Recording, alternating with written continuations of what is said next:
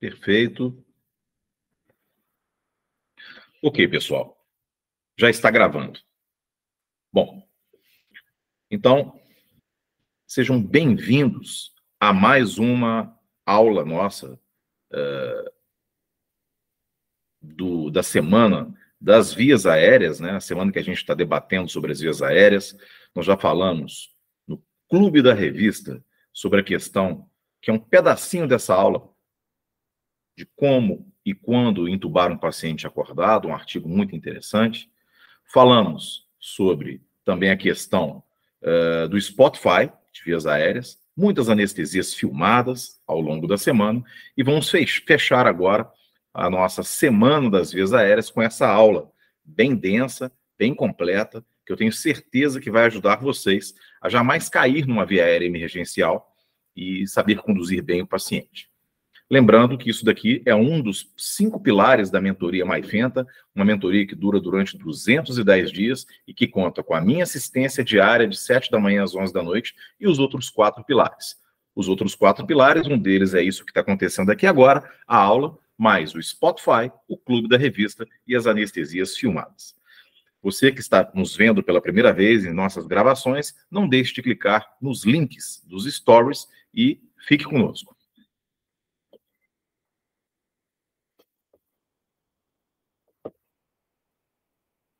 Bom, então nós vamos compartilhar aqui, vamos iniciar a nossa aula.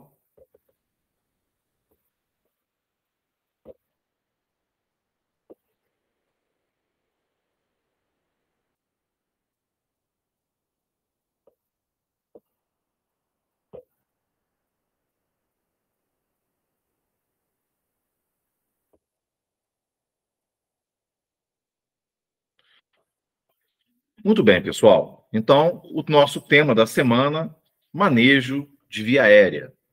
Eu sou Vinícius Larroca Vieira, médico TSA da Sociedade Brasileira de Anestesiologia desde 2003. Sou também professor universitário e um dos corresponsáveis pela residência médica de Juiz de Fora, a terceira de Minas, mais de 1.500 anestesias mensais, mais de 30 residentes. Sou fundador do canal Fenta News. O manejo de vias aéreas, ele é absolutamente fundamental para todo aquele profissional da área de saúde, desde o paramédico, passando pelo cirurgião dentista, médico veterinário, profissionais da enfermagem e médico anestesiologista. Todos os profissionais da área da saúde, de uma maneira geral, né, que lidam com a vida, seja na medicina veterinária, seja na nossa medicina, né, e isso inclui toda a enfermagem, é muito importante deixar isso claro. Todos esses profissionais têm a obrigação de manejar bem a via aérea daquele paciente, daquele cliente que está atendendo. No nosso caso aqui de médicos, né, o nosso paciente, um ser humano, que coloca ali a sua vida aos nossos cuidados, não é verdade? Em termos de educação de suporte básico de vida, o manejo de via aérea também ele é absolutamente fundamental, né? Então, da mesma forma que existem aparelhos para tratar uma parada cardíaca a cada determinado espaço, a cada determinada quantidade, que são os DEAs, né, o dispositivo automático que combate aí arritmias letais, nós temos também orientações, educação continuada em escolas, em creches, sobre como tratar essa situação muito delicada que é uma hipoxemia devido a problemas de via aérea e como conduzir o manejo de vias aéreas. Então, é um assunto importante para a área de medicina e também em termos de educação global da população. O tempo é o nosso grande inimigo, né? Quando o assunto é manejo de via aérea, quando um paciente ou perde a consciência ou nós induzimos uma anestesia para manejar essa via aérea. Se tudo vai bem, ótimo. Se algo vai mal, ótimo também, desde que estejamos preparados para esse ir mal. Nós vamos falar sobre isso ao longo da nossa aula. Mas se algo vai mal, e aliado a isso, nós não estamos preparados, tecnicamente e logisticamente, aí que a catástrofe vem e nós caímos no não ventilo e não intubo. Os pilotos de avião, especialidade muito parecida com a anestesiologia, eles costumam dizer que para manter o avião no ar, nós precisamos de muita altitude, se a gente não tem tanta velocidade. Ou se a gente não tem tanta altitude, a gente precisa de muita velocidade. E quando a gente não tem nem a altitude, nem velocidades adequadas, a gente precisa de uma ideia, e rápido. Da mesma forma, observando à direita da imagem a curva de dissociação da oxihemoglobina, toda vez que estamos manejando uma via aérea e a saturação começa a cair abaixo de 90, para cada dada queda do oxigênio, nós vamos ter uma queda proporcional da saturação, que é um elemento importante da DO2. Invariavelmente, esse paciente vai evoluir para a parada cardíaca. E jamais podemos começar a ter uma ideia depois que o Cormack-Lehane se apresenta durante uma laringoscopia. De nada adianta a gente ter uma ideia depois que isso aí já aconteceu. Nós temos que prever, por exemplo, que esse paciente provavelmente vai ser um Cormack-Lehane 2B ou 3, e de antemão, intubar esse paciente, por exemplo, acordado, porque ninguém vai querer um paciente, por exemplo, Cormack-Lehane 4, ao realizar a laringoscopia, estando ele inconsciente, sem respirar, e de repente sob o risco de ventilar mal, broncoaspirar, não tolerar bem uma apneia, não é verdade? E aí você cai numa situação emergencial.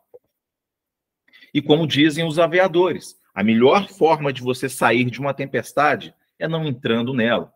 Então, os Guidelines 2022, bem como os demais, nos mostram que devemos avaliar esse paciente, não só em termos de medidas de vias aéreas, mas também, será que é um paciente que corre risco de broncoaspirar? Será que ele vai tolerar bem a apneia? Não é verdade?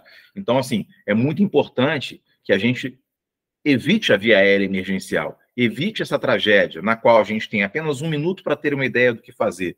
Nós vamos invadir, nós vamos fazer uma punção transcrico, nós vamos passar uma máscara laríngea, nós vamos tentar um broncofibro, um videolaringo, um estilete luminoso. Qual vai ser a estratégia? Né? 1 minuto e 3 a 5 minutos para dar um jeito de oferecer oxigênio a esses alvéolos, do contrário, o paciente vai parar. Bom, antes de entrarmos propriamente dito nos guidelines, uma breve história. A história da ventilação, da intubação, do manejo de vias aéreas é dividida basicamente em 3 partes. Tá? Na era pré-anestésica, antes de 1846, quando William T. Morton, lá no Salão Oval do Massachusetts General Hospital, pôs a dor para dormir com éter.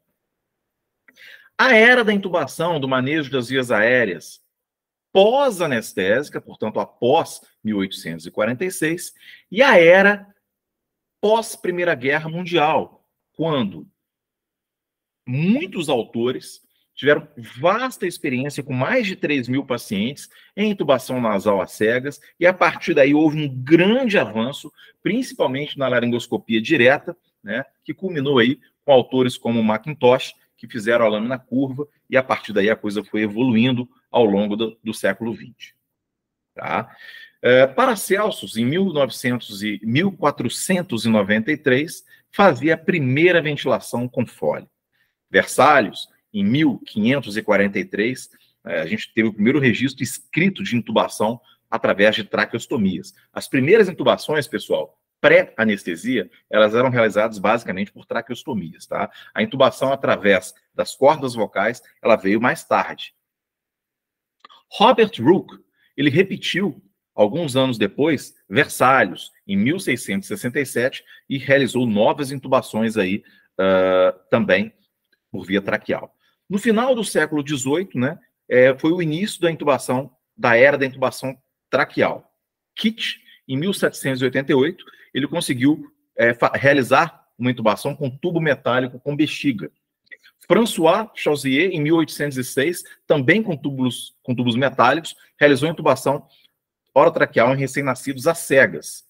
Pierre Dessau, no final também do século XVIII, acidentalmente, ao passar uma sonda, fez a primeira intubação nasotraqueal às cegas.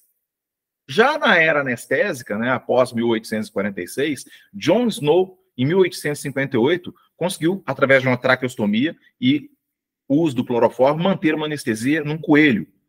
Friedrich Trendelenburg, né, que deu nome também à posição clássica, em 1871, realizava a primeira anestesia num ser humano com tubo, também através de traqueostomia.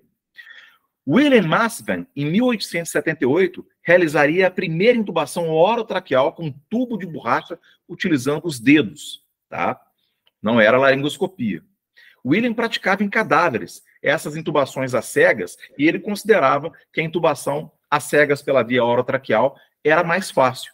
Olha que interessante, 50 anos depois, Ivan Magill demonstrou que a intubação nasal às cegas era mais fácil.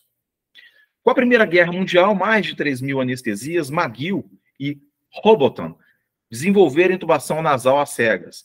Mas foi Manuel Garcia, um músico apaixonado pela voz humana, que, pela primeira vez, realizou uma laringoscopia indireta através dos espelhos. Isso mesmo. É uma história muito bonita da primeira laringoscopia, ela foi indireta com os espelhos, não foi realizada por um médico, e sim por um músico, apaixonado pela sonoridade, pelo aparelho vocal, Manuel Garcia. A primeira laringoscopia direta foi obtida com Alfred Kistling, em 1808, e aperfeiçoada com a lâmina curva, com a técnica de Macintosh, né, anos depois. Veio, então, no século XX, a primeira máscara laríngea, com Enki Brain, que revolucionou o manejo da via aérea emergencial. Em 1984, foram detectados muitos processos médicos, né, contra anestesiologistas e demais profissionais, mas principalmente anestesiologistas, por tomada de decisão errada durante o manejo de vias aéreas e sequelas definitivas, irreversíveis, por conta de parada cardíaca e encefalopatia hipoxêmica, bem como lesões de dentes e morte. Em 1993, após inúmeras forças-tarefa, deu-se início às eras dos guidelines. E hoje estamos aqui com o mais recente deles, o Guideline ASA 2022, para que não caiamos em situações de vias aéreas emergenciais, principalmente sem preparo. Essa imagem mostra tubos metálicos, né, utilizados por autores, no caso aí, como William Mason, e essa imagem mostra a nossa primeira lâmina curva desenvolvida aí por Macintosh. Em 1956, o primeiro dispositivo portátil, né, que foi o Ambu, com válvulas, estava sendo apresentado ao mercado. Em 1980, Arcbrain, nascido em 1942, desenvolvia esse fantástico dispositivo, a máscara laríngea, que hoje nós temos muitas gerações, né, e que tanto salva pacientes no contexto da via aérea emergencial. O que é uma via aérea difícil? Via aérea difícil é aquela que a gente não consegue ventilar sob máscara bem, ou porque vaza, ou porque o paciente está muito duro, a gente não está conseguindo prover ventilação adequada. É aquela que a gente não consegue realizar uma laringoscopia, porque a gente não consegue ver as cordas vocais de maneira adequada, a gente obtém aí um Cormack-Lehane desfavorável. É aquela que a gente tem dificuldade de ventilar com um dispositivo supraglótico, ou porque não há disponível em sala, ou porque ele está disponível, mas você precisa passar várias vezes, acaba lesando a cavidade bucal, sangrando, ou quando você passa ele não adapta, ou ele adapta, mas não ventila. É aquela em que a gente tem dificuldade de passar o tubo, após várias tentativas. É aquela que a gente tem problemas com a extubação. Ao extubar, o paciente entra numa situação novamente de não ventilo, não intubo. É aquela que você tem dificuldade de invadir a via aérea durante uma situação de manejo de via aérea invasiva, seja na via aérea emergencial ou seja naquela programada. E, finalmente, é quando não conseguimos ventilar o paciente depois de estabelecida a via aérea por inúmeras questões, pneumotórax hipertensivo, alterações do cardiovascular desse paciente. para que esses elementos não nos peguem de surpresa e para que a gente não caia numa situação de via aérea emergencial sem estar preparado para ela, que vem a orientação dos guidelines no que se refere à avaliação das vias aéreas. Então, a avaliação das vias aéreas, pessoal, passa por quê? Antes de colocar esse paciente para dormir, para passarmos uma máscara laríngea, para conduzirmos uma anestesia sob máscara ou para entubarmos, seja lá qual era o plano que você tinha, se você ia usar um estilete luminoso, um estilete óptico, se você iria utilizar um broncofibro, uma máscara laríngea, não importa. Antes de colocar esse paciente para dormir, ou mesmo na intubação acordado, antes de você traçar a sua estratégia, é importante que a gente conheça o paciente. Fundamental lembrar, tá, que o paciente que vai entubar, o médico que vai entubar o paciente ou que vai manejar a via aérea deve ser o mesmo médico que realizou, em nível de consultório, a previsão de intubação, e elas devem ser repetidas momentos antes do ato. Então, um stop bang. Esse paciente ronca. O ronco dele dá para ouvir com a porta fechada? Então, ele está trancado no quarto e dá para ouvir o ronco. Opa, isso é critério de dificuldade de ventilação. Tá? Se você der o azar da laringoscopia dele ser difícil, você pode ter problemas com a ventilação também. Ainda no stop bang, esse paciente ele usa CPAP? Se usa, é de 10 centímetros de água para cima? Opa, é uma outra situação de dificuldade de ventilação. Se você der o azar de não conseguir entubar, ele pode ser difícil de ventilar. É sexo masculino? Tem um diâmetro superior a 40? É sexo feminino? Tem também um diâmetro superior a 40? Se for homem acima de 50 anos, mais grave. Mas uma mulher também de idade mais avançada, com pescoço grosso, também pode ser difícil. Então, assim, inúmeros dados dentro do stop bang são muito importantes e levantam a suspeita de uma ventilação difícil. Medidas de via aérea. Novamente, é muito importante. É um paciente queixo curto? O comprimento horizontal da mandíbula é menor do que 8 centímetros? Opa, dificuldade possível. Ele tem pescoço curto? A distância da ponta do queixo ao manúbrio é inferior a 12,5? Ou a distância da ponta do queixo para cartilagem tireoide é inferior a 6? Isso também pode falar a favor de via aérea difícil. Né? Então, as medidas são muito importantes. O malampate, ele é 3 ou 4, ou seja, você não vê pedaço da úvula ou não vê nenhuma parte do pálato mole, isso fala a favor de intubação mais difícil, de um Cormac Lehane possivelmente mais desfavorável.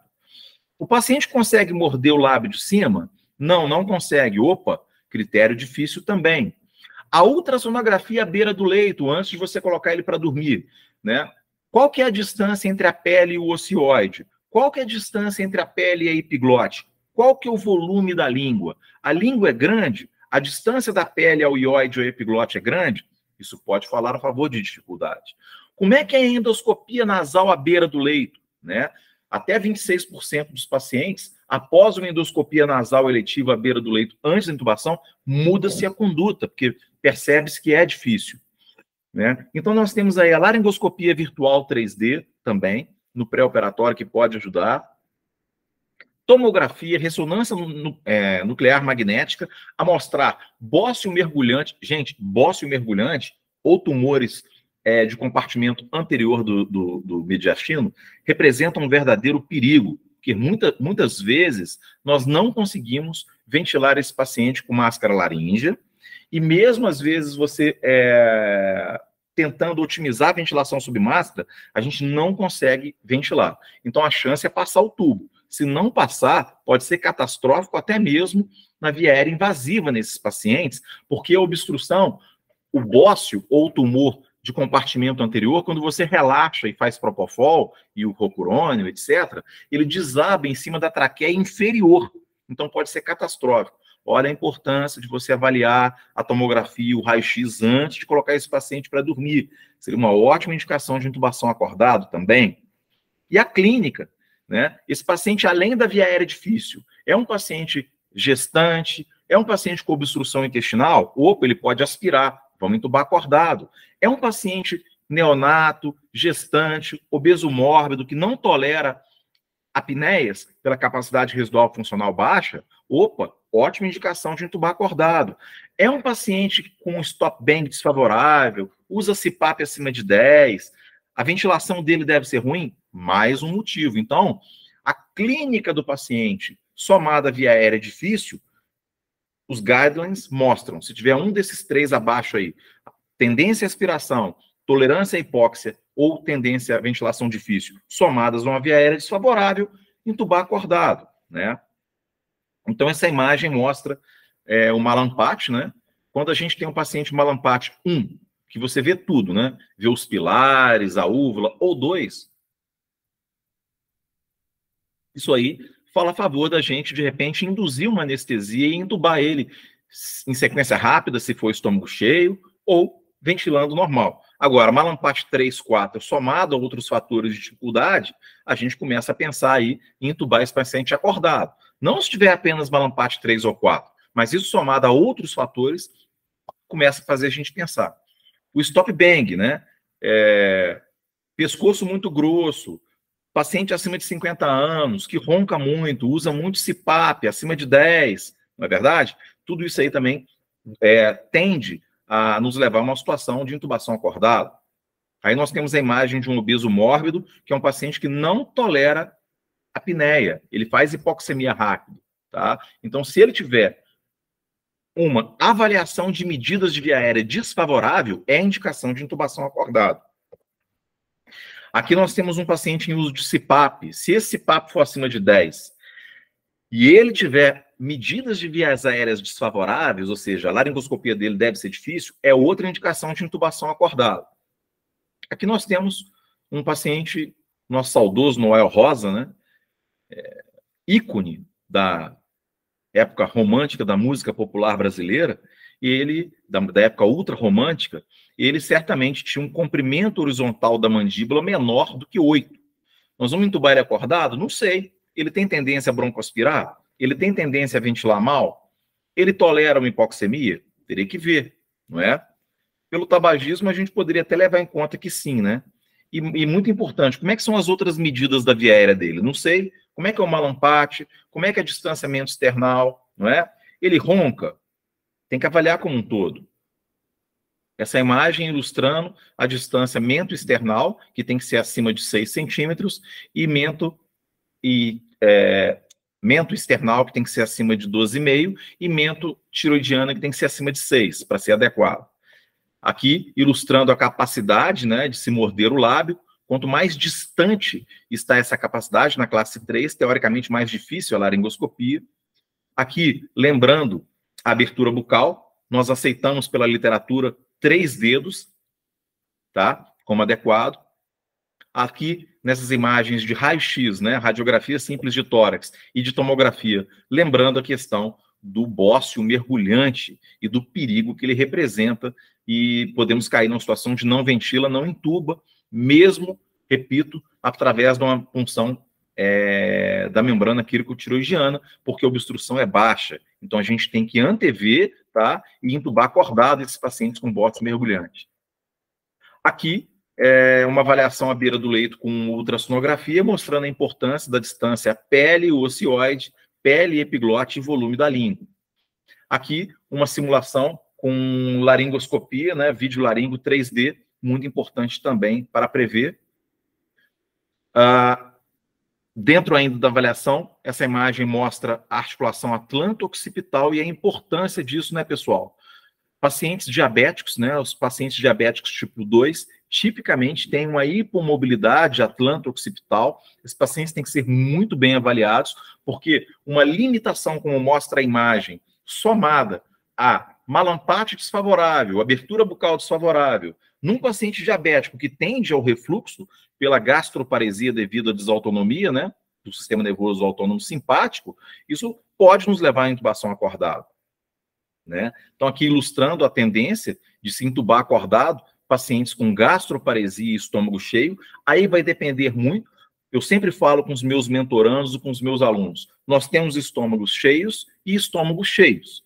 Um estômago cheio, por exemplo, de uma apendicite aguda, num paciente com via aérea favorável, sequência rápida, não tem que entubar esse paciente acordado. Agora, o mesmo estômago cheio de uma apendicite, num paciente com stop bang desfavorável, medidas desfavoráveis, aí começa a somar fatores de risco. Aqui ilustrando tipos de paciente que não toleram apneia, um bebê e uma gestante, ambos pelo mesmo motivo, capacidade residual funcional pequena. Então, se outros fatores se impõem nessa situação aí, pode pensar em entubar esse paciente, sim, acordados, tá? Agora, ninguém vai entubar uma gestante acordada, tendo ela boas medidas, né, de vias aéreas, um stop bang favorável. Agora, uma gestante, a mesma gestante com medidas desfavoráveis, ela sempre está em risco de broncoaspiração. Aí a gente cai naquele algoritmo e sim, entuba acordado. Que algoritmo é esse? É o que mostra-se para vocês. Quando que a gente entuba um paciente acordado pelos Guidelines 2022? Olha lá, pessoal, eu falei isso no Clube da Revista.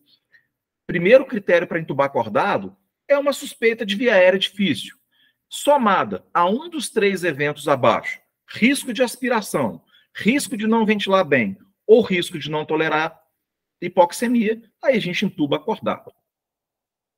Então, qual foi a conclusão do Guideline 2022, né, sobre a avaliação das vias aéreas? Não há nenhum critério de medida que sozinho seja 100% eficiente. Então, é importante que a gente associe critérios de avaliação diferentes. Comprimento horizontal da mandíbula, distanciamento external, stop bang, ultrassonografia, videolaringoscopia 3D, endoscopia à beira do leito, entre outros. Tá? Obter, portanto, sempre isso, sendo o intubador o mesmo que vai fazer a avaliação e repetir essas avaliações. Bom, nós vamos entrar agora no preparo, né, no manejo das vias aéreas. Eu vou interromper aqui um pouquinho, porque tem alguém que está com o áudio ligado e está atrapalhando. Deixa eu ver aqui quem que é.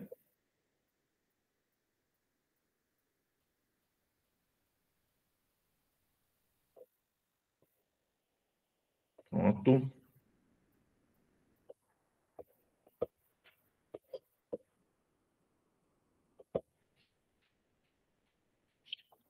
Vamos lá para o manejo da via aérea.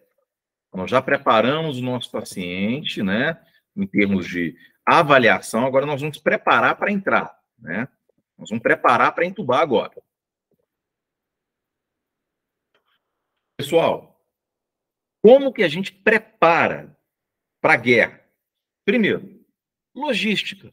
Tem que ter máscara laringe à mão, tem que ter broncofibro à mão, tem que ter videolaringo à mão, laringoscópios diferentes, com pilhas funcionando, mais de um, kit de punção transcrico, e dependendo do caso, até mesmo uma equipe ao seu lado com a circulação extracorpórea, né, a ECMO, preparada. Dependendo das alterações de vias aéreas e da complexidade, nós vamos ter que colocar esse paciente em ECMO, tá? Porque o risco é muito grande.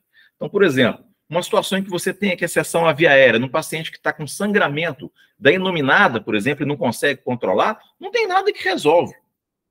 Se a gente der sorte do cirurgião controlar o sangramento da inominada, mas aí você vai falar, Vinícius, por que você entrou? Não, esse paciente chegou de um politrauma, por exemplo, e você tem que dar um jeito de anestesiar ele. Nossas tomadas de decisão têm que ser rápidas em termos de logística e equipamento. Voltando ao paciente comum de via aérea difícil, comum, informar ao paciente que a via aérea dele é difícil, que talvez a intubação tenha que ser acordada, orientar, o paciente orientado, ele vai colaborar muito mais com aquela desmedotemidina, com aquela anestesia tópica que você vai fazer para entubar acordado, seja com videolaringo, seja com broncofibro, tá? Então, muito importante orientar o paciente. Os guidelines falam isso. Pré-oxigenar e manter a oxigenação entre as tentativas de manejo. Então, o oxigênio é importante antes e durante, tá? Então, se você está com broncofibro, lembrar de colocar o oxigênio no canal dele. Se você está fazendo tentativas com o videolaringo ou com o laringo normal, fazer ventilações intermediárias, tá? Se não está ventilando bem, você tenta otimizar a sua ventilação com Guedel diferente, com posição diferente, com sniff position, o call for help. a protusão da mandíbula, né? Muito importante. Se estiver fazendo laringoespasmo, a manobra de Larson, né? A pressão positiva. Então, é todo o skill, todo o conhecimento para manter oxigênio antes e durante.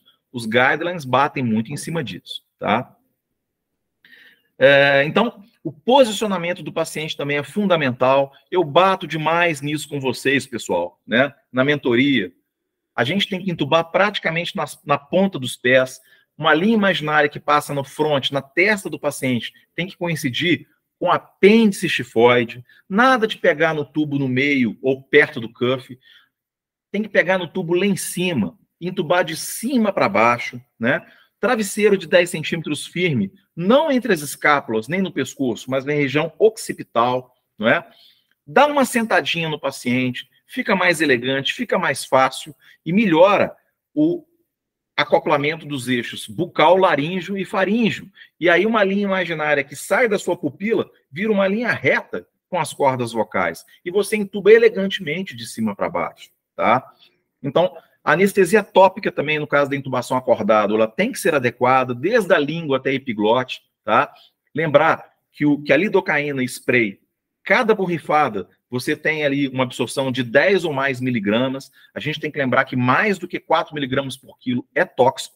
É uma das complicações, inclusive, da intubação acordada, é intoxicação por anestésico local, sedação excessiva, tomar cuidado com sedação excessiva, que aí você programa a intubação acordada e cai no emergencial, não adianta nada. Então, a importância de evitar opioide demais, de evitar propofol demais, dê mais atenção à desmedotemidina, né? E uma boa anestesia tópica e um midazolam em baixas doses. Essa é a minha opinião, tá? E os guidelines falam do skill, né, de quem está intubando.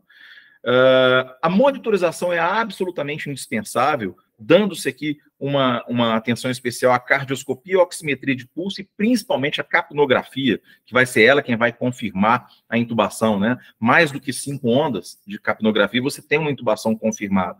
E os fatores humanos, né, gente? Não esperar para pedir ajuda, trabalhar em equipe. No caso da ECMO, avisar a equipe previamente do risco, né? Se você não maneja bem um broncofibro, não tenha vergonha, chama um cirurgião do tórax ou alguém da UTI que maneja para ficar ao seu lado. Tudo isso tem que ser visto antes, pessoal. Isso só pode ser visto se a gente avaliou bem essas vias aéreas. Então aqui a gente mostra um laringoscópio de Macintosh, falando na curva, onde a pontinha dele é colocada na valécula, né?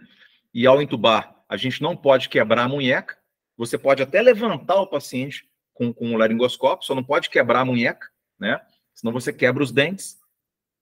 A literatura recomenda 2 ou mais laringoscópios com as pilhas testadas e modelos diferentes, tá? Você pode ter inúmeros tipos, até o McCoy, que é aquele que dobra a pontinha. Se trata de um neonato, e você está acostumado a intubar neonato com a lâmina reta, e a literatura suporta isso, tem ela à mão também. Máscara laríngea, o dispositivo supraglótico absolutamente fundamental na via aérea emergencial, em que você está caindo numa situação que você não ventila bem e não intuba. Ele pode salvar. Uma máscara laríngea, na maior parte das vezes, salva a situação. Ela pode ser utilizada também naquela situação que você não está conseguindo intubar. Você pode usar a Fast Track, né, como mostra a terceira linha. As mais variadas gerações de máscara laríngea devem estar à mão. A broncofibroscopia, que pode salvar, sim, numa via aérea emergencial, mas ela é indicada principalmente para intubação acordada, naquele paciente que você anteviu, né? Anteviu a dificuldade de intubação, sedou com desmedotemidina, fez a sua anestesia tópica e você vai garantir a via aérea desse paciente acordado. Muito útil também na ventilação monopulmonar, né? Principalmente à direita, para você seletivar o tubo, muito útil na intubação monopulmonar em anestesia pediátrica. O videolaringo, né? O videolaringo, que depois que a gente pega a mão e combina ele com outras técnicas, como buge, estilete luminoso e mesmo broncofibro, isso aumenta muito a sua chance de garantir a via aérea, tanto com o paciente acordado, quanto com o paciente já anestesiado, né? Ele tende, depois que você pega a mão, a homogeneizar as vias aéreas. Então é fundamental o manejo. Os guidelines recomendam que o médico anestesiologista treine o uso do videolaringo, né? Então a gente dá muito na mentoria aqueles macetes para vocês, né? Toda vez que a gente está com videolaringo, dá uma afastadinha, deixa a epiglote cair um pouco, não tenta entubar com Cormac Lehane tão favorável, sempre passa um buge antes, né? Que facilita demais. O estilete luminoso, né? Aí no caso o óptico, o vídeo estilete luminoso, também tem o seu lugar no manejo de vias aéreas, os buges, a ventilação invasiva, seja através da técnica de Seldinger ou com a perfuração direta, muito importante, né? Tanto de maneira eletiva, naquelas vias aéreas que você prefere sedar o paciente e chamar um cirurgião para fazer isso, ou você mesmo faz, quanto também na via aérea emergencial, quando o dispositivo supraglótico falhou e as tentativas, né, com o videolaringo também falharam. E aí você vai partir para uma via aérea invasiva. A ECMO, né, toda vez que você tem uma situação também bizarra de alterações de vias aéreas muito graves, instabilidade hemodinâmica associada, né, um sangramento da inominada, e você não tem como garantir o oxigênio para esses alvéolos que não seja através de um aparelho que substitua os pulmões. Isso pode ser previsto, né, dependendo do tipo do paciente. E a intubação retrógrada também, de maneira eletiva, naquela via aérea muito difícil, você pode sedar e fazer intubação retrógrada, né, na qual você faz uma punção transcrita, joga o guia para cima, pega ele e manda o tubo. Então, situações bizarras, né, como essa, podem cair no seu colo se um paciente como esse faz um politrauma, pessoal. Você não tem escolha, você vai ter que anestesiar ele. Se ele chega sem a via aérea garantida, é uma emergência. Então você tem que tomar uma decisão rápida sobre como vai abordar um paciente desse. Então um paciente desse, possivelmente, você não vai conseguir entubar, você não vai conseguir ventilar, e sabe-se lá se você vai conseguir invadir a via aérea pela punção transcripo. Seria uma situação possível de ECMO acionar a equipe, né? Aqui lembrando a importância do posicionamento básico, né, com o travesseiro nas situações mais corriqueiras normais, né, que eu falei para vocês, um travesseiro de 10 centímetros, entubar esse paciente em sniff position, as manobras ajudam muito, a de burp, né, o back up right position, e entubar na ponta do pé com esse paciente praticamente sentado, com o tubo de cima para baixo, né? Aí, ó, paciente praticamente sentado, isso ajuda muito, tá? Obviamente que aí está exagerado. E jamais fazer isso que o nosso colega fez aí. Não pega baixo no tubo, que a sua mão tampa a sua visualização. Você tem que pegar alto no tubo, diferente do que está sendo feito aí. Monitorização absolutamente fundamental. Depois de 5 ondas de capnografia, nós já temos a certeza da intubação, né? Muito importante também, aquilo que anda ao lado do processo, o TOF. Se a gente espera esse TOF cair, T1 abaixo de 5% para intubar, o paciente vai estar mais fácil para você acertar na primeira laringoscopia.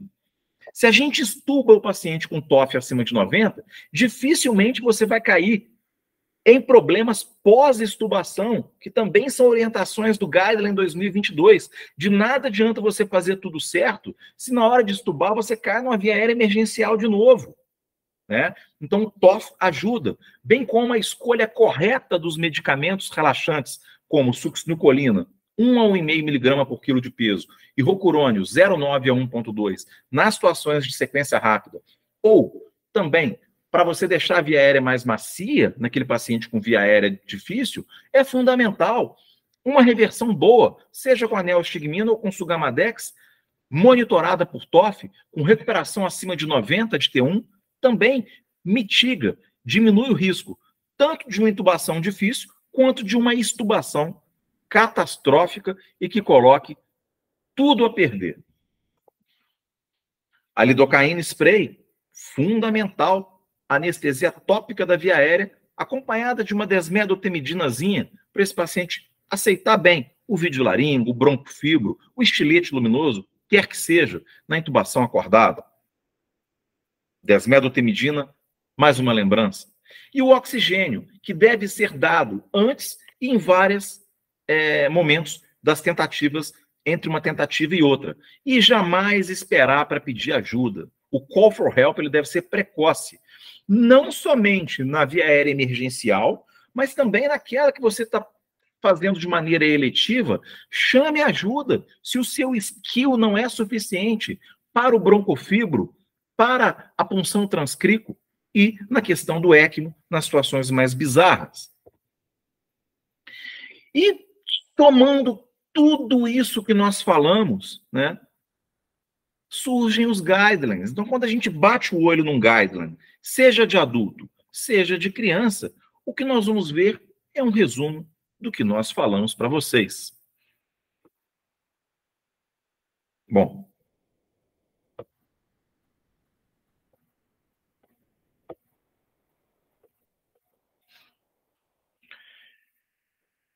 então, pessoal, a principal mensagem que os guidelines nos dão tocam na questão da avaliação pré-operatória e do conhecimento clínico global do paciente, para que, não caiamos numa via aérea emergencial, e 2, caso ocorra, estejamos preparados com toda a logística para evitar aqueles danos que uma via aérea mal abordada produzem, que são sequelas neurológicas irreversíveis, lesões de via aérea, lesões de dentes e morte. Então, o canal Fentanews, através da sua mentoria MyFenta, nessa nossa aula, que é um dos nossos 5 pilares, para por aqui, fechando a nossa Semana das Vias Aéreas. Foi um prazer ter vocês conosco e até a próxima.